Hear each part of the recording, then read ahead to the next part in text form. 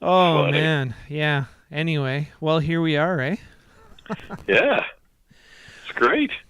Yeah. Well, It's great to be talking to you again. yeah. Well, I mean, it's always interesting. That's for sure. This is Kurt Bachman, of course, on the line with me here for Do You Know Jack today. Sort of, you know, more podcasting now and not necessarily doing the full show. But I think my coming out of retirement is probably imminent here. It's like hard Yeah, to turn away from it, really.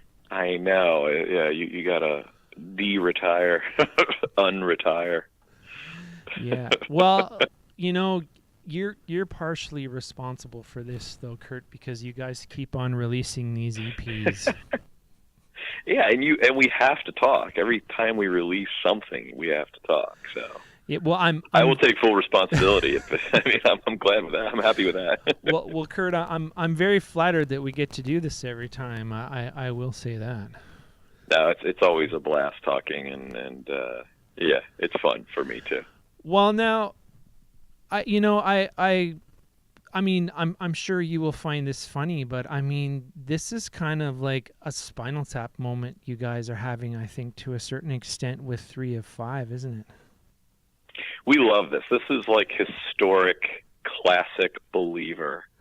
Um, so we were missing this for quite some time. Uh-huh.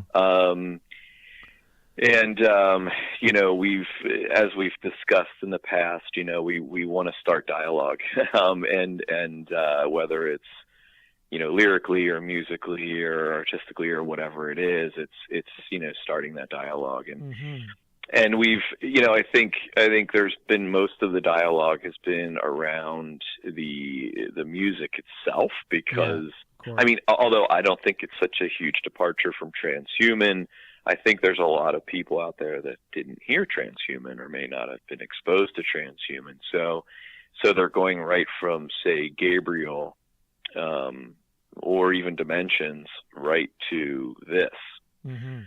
to 105, 205, and it's just kind of, and it's freaking people out, right? So the change, because that would be a hugely drastic change. I mean, when you think about it, Yeah. going from that. But I mean, if you're familiar with the progression, it's really not that big of a change from Transhuman in my mind. But yeah, so it's always kind of been, the dialogue has been more about, oh, we hate the new stuff, we don't like the new stuff. Some people are like, we love the new stuff. So it's been more around the music itself, and nothing else really. And now with kind of people reading into the art, and it was really interesting. I mean, for me and Joey, we're like, yep, this is Believer. This is what this has been this has been our story for since the inception. And so Yeah. but for Roz and for Jeff and Kevin, they were like, what is going on? Yeah. And of course Joey and I are just kind of like, yep, this is how it starts. This is the dialogue here. But it's good. I mean, and I think we're not, we've always been open, especially like on our Facebook page and stuff like that, for people to have completely different opinions for us. I mean, this is what we love about it. We love the dialogue. We love kind of people conversing back and forth, different viewpoints. The discussion is there, and for us, we're just doing what we're doing, and that's it. We're artists. We're making music, and we've got stories behind all these things. But of course, as you know, we never tell the stories because we want people to kind of come up with their own take on what is going on, right? Yeah. And to me, that's what makes music personal, right? And so, but yeah, it's been good. I mean, we've missed this, so to speak. Mm-hmm. We were a little worried. As I said before, remember I told you before we were going to have a contest of why I hate the new That was way back for 1 of 5 that we were that talking was 1 about of 5, there, and then we were like, what? People actually like our really stuff? Good.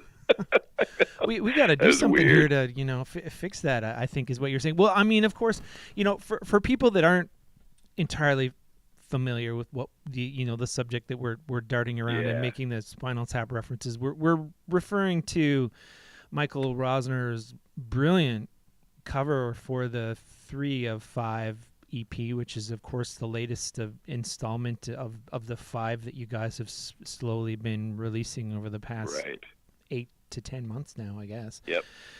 And the Spinal Tap aspect of it is that you've got, I mean, I could almost quote verbatim the dialogue about Smell the Glove, but you've got 2 female characters on the front here, in what appears to almost be bondage like attire.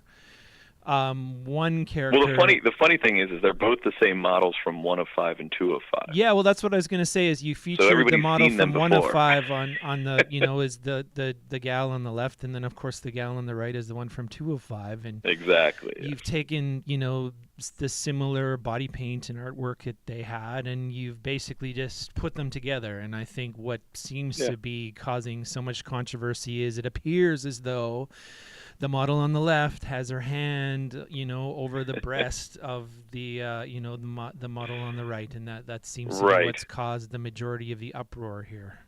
Apparently, and which is really interesting to me because it's, I don't want to get too into it because I want people to make up their own minds and own opinions and stuff like that, and we're fine. We're good with the judgment. We're okay with that stuff. I think as Roz was pointing out in his interview about it, there's a story behind it, and it's not, because we know the backstory and because we know like what we were going for and stuff like that, there's nothing overtly sexual about it to us. I mean, at all. Yeah. I mean, there never was, even when we first saw it. I mean, the models are fully painted. However, we don't want to put out, one of the things we don't want to put out is blatant kind of, even if they're body painted, most body painting models are, partially naked and stuff like that. The canvas is the entire body for a lot of these artists. Anybody can look up body painting and you'll see. And, and so it's one of those things where, but we didn't want to put out like, a blatant kind of, even if it's painted, like, nudity or anything like that. Right. So there needs to be covering, and there needs to be coverage. And there's kind of a thing behind that, the sisters and protection. And so it's, but it's, I think that's all I'll say about it. It never dawned on us that there would be any type of like different type of reading into that. Yeah. But I'm fine with it. I'm okay with it. And people, like I said, people need to make up their own mind about things, and it's okay if people, of course we're not like blatantly going out to offend anybody, but I mean, I think every album and everything we've ever done has offended somebody. We were pretty much, thrown under the bus by lots of folks, but I think it's one of those things where, that's okay with us. We're okay. We're not going to apologize for anything, and because we don't feel like we've done anything inappropriate. But I understand. It's okay. It's absolutely fine, and that's the great thing about we're it's on Facebook and everything, but people don't have to look at it. People don't have to look at the cover. They don't have to listen to the music. They don't have to purchase the music or anything like that. I mean. It's okay. I mean, we're fine with that. Yeah. I mean, I know I had quite the detailed conversation with, the artist about this that I just literally, put up a couple days ago. So, I mean, if you want to hear the artist's take on it, of course you can. But I mean, personally, I'm seeing sort of a similar kind of sci-fi-ish H.R. Geiger almost vibe that I saw from, Michael's artwork in Transhuman. Like if there should be any uproar at all, and I don't believe there should be about any of the artwork that he's done for you, I mean, maybe Gabriel, because it seems to be almost more of a, demonic kind of, depiction than anything that I'm seeing in the other, 4 or however many things he's done for you now. Oh yeah, I mean, like, and it's interesting that you say that, because it's like the ram horns and things like that, and we actually, we put out the Believer Double Bach beer, and I think there were a couple people that were like, "Oh, you're using a demonic symbol," and I was like, "Wait a minute, the Bach, which means ram, and it's a Bach beer, and this is a lot older than Anton Levey and the Satanic Bible, and when Satanists started, and stuff like that. It's like, no, this predates that. This goes back to Bavaria and yeah, of course, yeah. And stuff. But it's and I think it's just people. Sometimes they don't understand.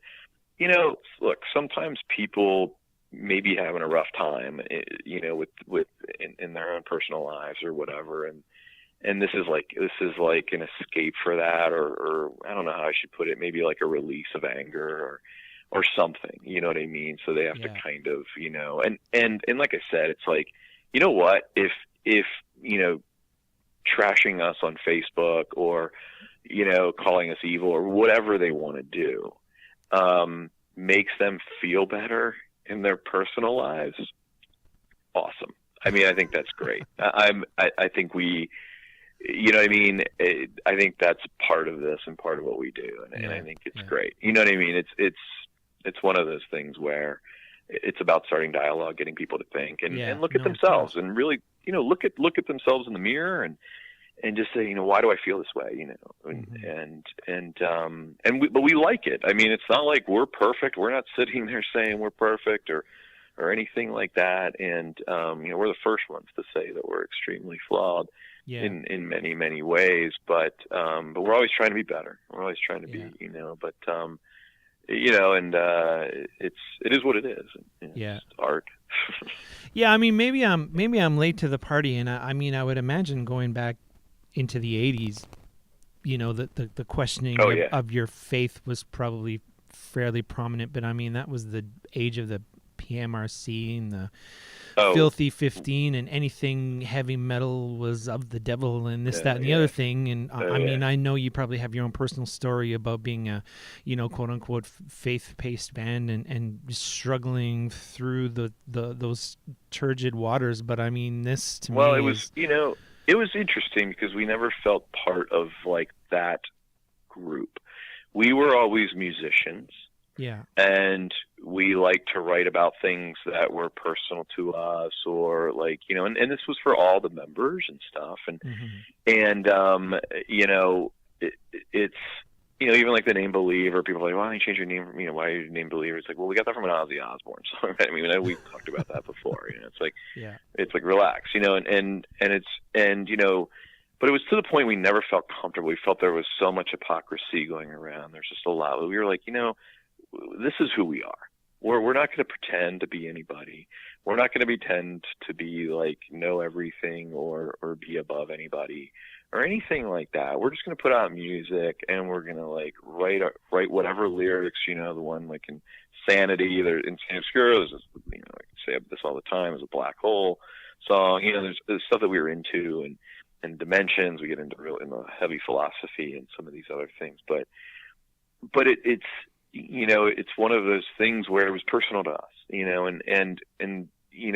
we were always kind of outcasts, and we didn't fit the mold that people wanted us to fit in any musical genre, really, or any type of, market type of organization. And so, it was just always weird for us. We just didn't belong. And, and people let us know it. People had no problem really finding stuff in our artwork, in our photos, in our lyrics, you name it, from Extraction on. There was always a problem with Believer. So, and I think that just became part of us over the years, and we've really accepted that because people were talking, Well, and dialogue is what's supposed to happen with art. I mean, right? Exactly. Yes. Yes. If you're having dialogues in some way, you're not pushing the boundaries far enough. You're not challenging yourself. Yeah. Yeah. You really aren't. Well, listen, let's get this question out of the way, Kurt. And I mean, I say this with slight facetiousness, but have you are you currently, or have you ever been a member of a satanic cult? No.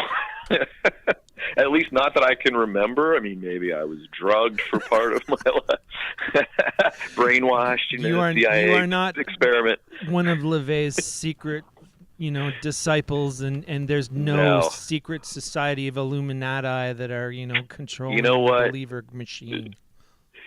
I mean, maybe we have our own little secret society. Well, I'm fine with that. I'd be a member of that. Yeah. Yes. We like to sit around and drink beer and eat cheese, but that sounds like those are our rituals. That sounds like a heck of a good secret society to me. No, I mean it's I'm a member of a couple scientific societies, but they're pretty well known, out there. But yeah. And you would still consider yourself a faith-based person, but I would imagine your spirituality has evolved since 1987.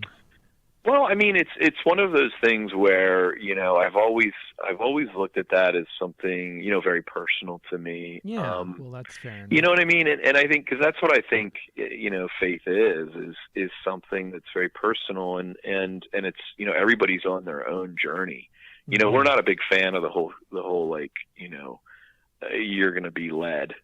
Just like it was in the one No Apology song on Dimensions. We don't owe anybody apology, and we're not led like everybody else. We're not in the herd. We're not part of the pack that latches on to one thing and has to appease and everybody around us. And we're not living for them.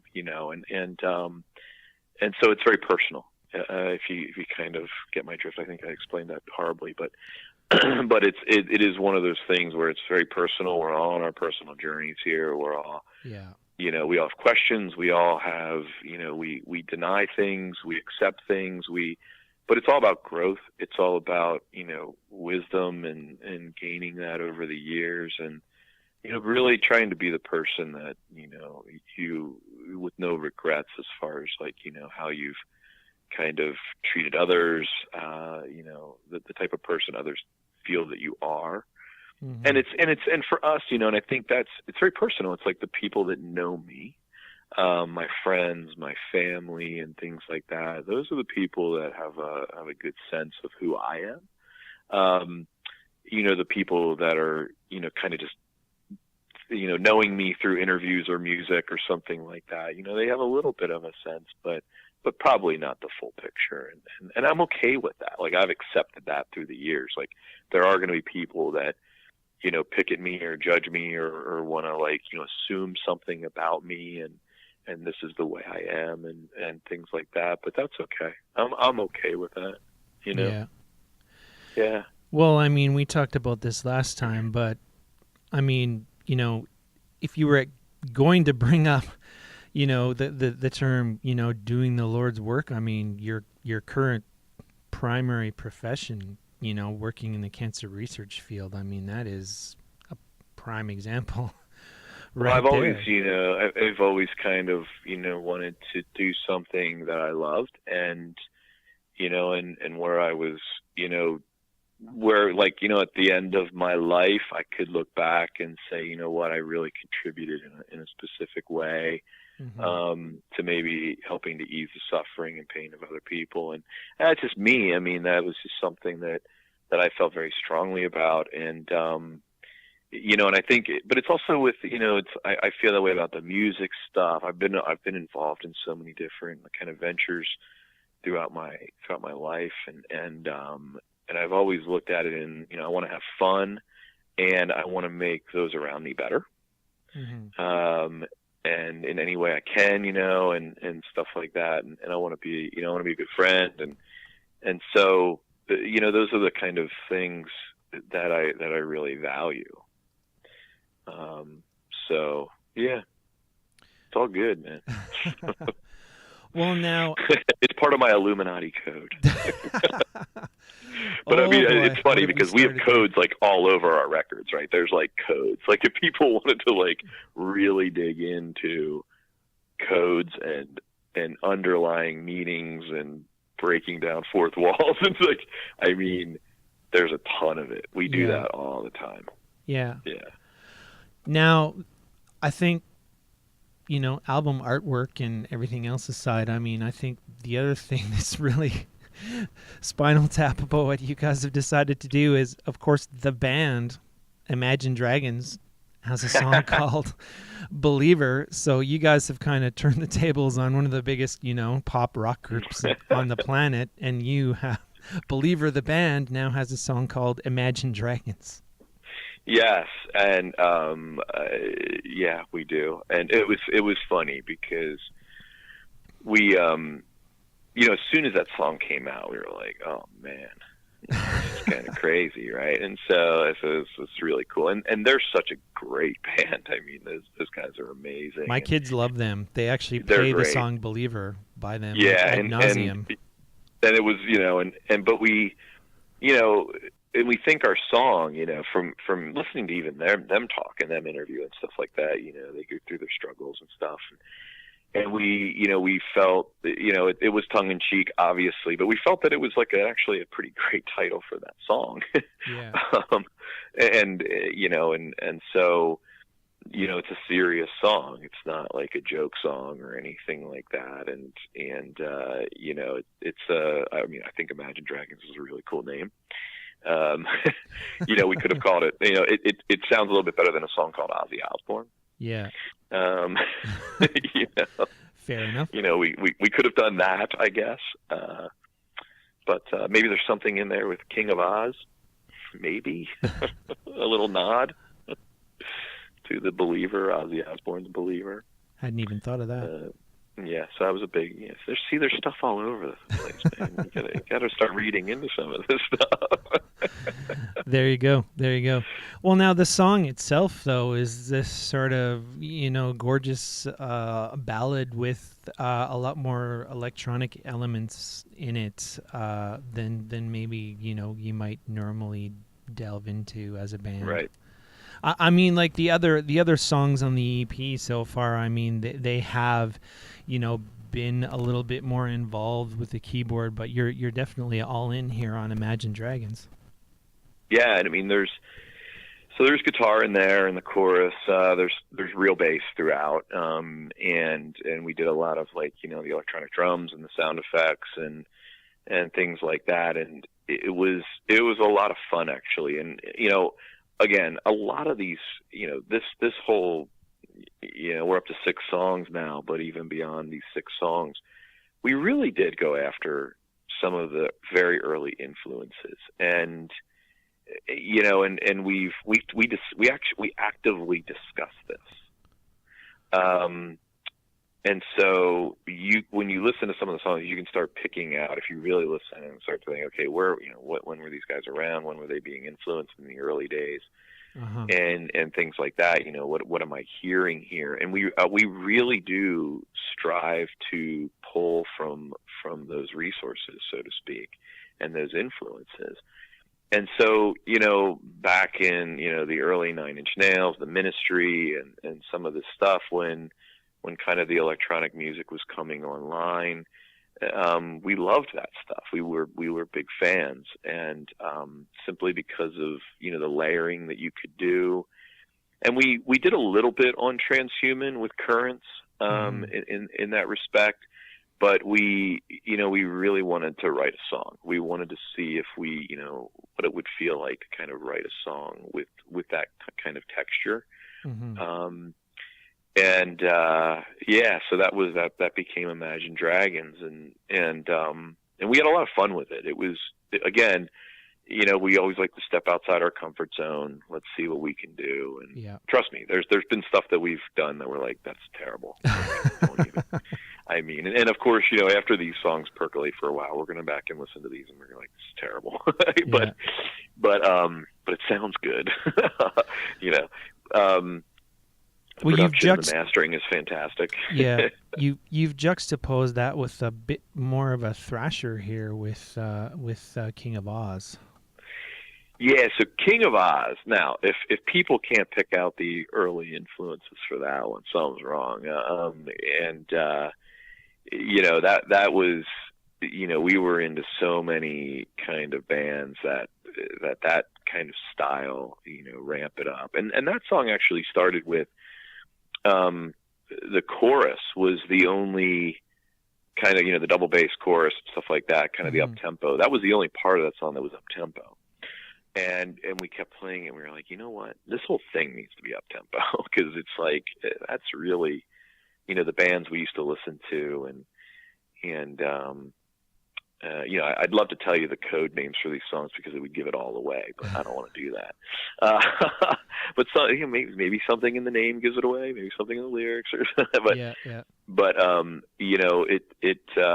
again, I mean, we really went into this saying, let's use our influences. I mean, it's like we're paying homage to like these giants that really influenced us and really turned us on to music, and I think it's, at some point we'll come out and say this is what we were channeling during this part of the song, and it's not just like every song there's one band attached to it. There could be different parts of the songs where a certain band may have, or a certain influence or musical style or groove or something like that. But it's like I said, we're having a lot of fun with this, and it's funny because like I haven't heard a peep about King of Oz. Like nobody mentions King of Oz. Everybody's like on Imagine Dragons because I think it just kind of blew people's minds. Like, what are they doing? Well, now on 2 of 5, I really liked Return to Zero. Listening to that multiple times, I'm like, that is the classic Believer vibe. I mean, with your riffing the way it is and everything just kind of falling into place. I mean, it's not a song that you could put on Sanity or Extraction, but I mean, to me, it's like this is the Kurt that I know playing the guitar here and everything. Yeah, everybody gravitated to Perfect Day. It was weird. I mean, it is interesting because we are horrible at we knew Imagine Dragons was going to be a problem for people, and a good thing for other people. I mean, we knew that there were some people that are going to be like, this is really nice, and other people that hate it. But I think, from the other ones, we would have thought, like Return to Zero, maybe over Perfect Day, people are going to like 888 more than Home, or we didn't know. But I think the good thing for us is that there's people that like each tune more than others, and which is really cool. Would I have expected you to say, Return to Zero, you've really gravitated to that? Probably not. I mean, but I think it's really cool because I think there's, we wrote these songs in such a way that certain parts maybe be, more melodic or hooky or something, and that could be, touch other people or, and really relate in some way to how they're feeling at the time or whatever. So it's cool. Well, now you got me wondering if I actually picked the right song. No, you did. It's fine. Well, I know it's a good song. It's a very positive song. Yeah. See, I had to put it on. Okay. Yeah. Yeah, no, it is. That's the one that I thought, hey, this is the Believer, Well, so that one's kind of not very. I would say it's not very hidden, but maybe it is to the Believer crowd. But Return to Zero was the band that Brad Delp was in after Boston. And Boston was a big influence of us and the leads and stuff. And you'll hear lead guitars all over the place on Believer stuff. It's very Boston-esque. Yeah. Tom Schultz, but Brad Delp was a vocal hero of mine, and it's real tragedy. And so that was a pretty blatant nod to Brad, the Return to Zero. Well, now, just before I let you go, I mean, speaking of, giants in the business, Malcolm Young has just passed away in the last couple of days. I mean, maybe this is a silly / obvious question, but I mean, were you a big AC/DC fan? So I would say Dirty Deeds I can remember sitting on my parents' porch listening to Dirty Deeds, and then Brian Johnson joined, and Back in Black, and it was really game changing for me. It was heavy and groovy, and there was just something about that writing that was second to none. And so, when we kind of all heard what Malcolm was going through early on, and he's so young with the dementia, and it's really tragic, but, they were a huge influence on us early on. I mean, a massive influence. I think, I probably wore out so many cassette tapes of Back in Black, and For Those About to Rock and everything. It was kind of the anthem of many years of my young life. Yeah. There's something about the simplicity of the riff, like it sounds so easy, but yet that's almost what makes it. The work so of a great. genius Yep. is it's so memorable, and then even with the production, how they kind of pair Malcolm's stuff on the one side in a lot of the albums, and then you can hear Angus kind of come in, and it's like the two brothers are having a little conversation, and then on top of that, you've got there's a certain raw energy that Brian brings to the table with his vocals, and you go back to Bon, who just has a swagger. I mean, I know. Both eras, if you can call them that, because Brian was obviously in the band for so much longer. I mean, they bring so much to the table, and it's just like a back to basics, meat and potatoes kind of thing that they've done, and they've done so well, and that was pretty much on the back of Malcolm. and it was. I mean, it was really unbelievable, and I mean, it brings back so many great memories for me too. We talk about songs relating to parts of your life and making you feel a certain way, and I can put those on, and it takes me back. It takes me back to being this little kid playing ice hockey, and just like, driving my parents crazy in the car because I'd be in the back with this little cassette radio, and I'd be jamming, with Dirty Deeds and like all this stuff. And it's like, it's really good memories, and really influenced me a lot to want to pick up the guitar in those early days and play. Yeah. Well, if Malcolm was sitting in front of you right now and you had the opportunity to say like one thing to him, what would it be? I would say thank you. I would absolutely thank him for what he gave to me. Yep. Well, that's awesome. Well, speaking of thanking, I definitely thank you for, being open to chatting with me yet again. And, I look forward to it every time, man. I definitely appreciate me too. This is always fun. It's always a blast talking to you. Right on, man. Well, I better let you go because my kids are out running around in the school playground, and they're going to be wondering where their pops is. So go get your kids, man. Tell them I said hello. I will. I will say the guitar player who wrote the song Imagine Dragons. There you go. Yeah, my son thought it was such a great novelty that the band Believer wrote a song Imagine Dragons. He was like, "Put that song on, Daddy. I want to play it for my friend." I was driving his friend over to our house. That's awesome. So there you go. You've already transcended generations by just calling your song Imagine Dragons. That's funny. That's very cool. All right, man. Well, you have a good day. All right, buddy. I'll talk to you soon. Okay, bye-bye. All right, bye-bye.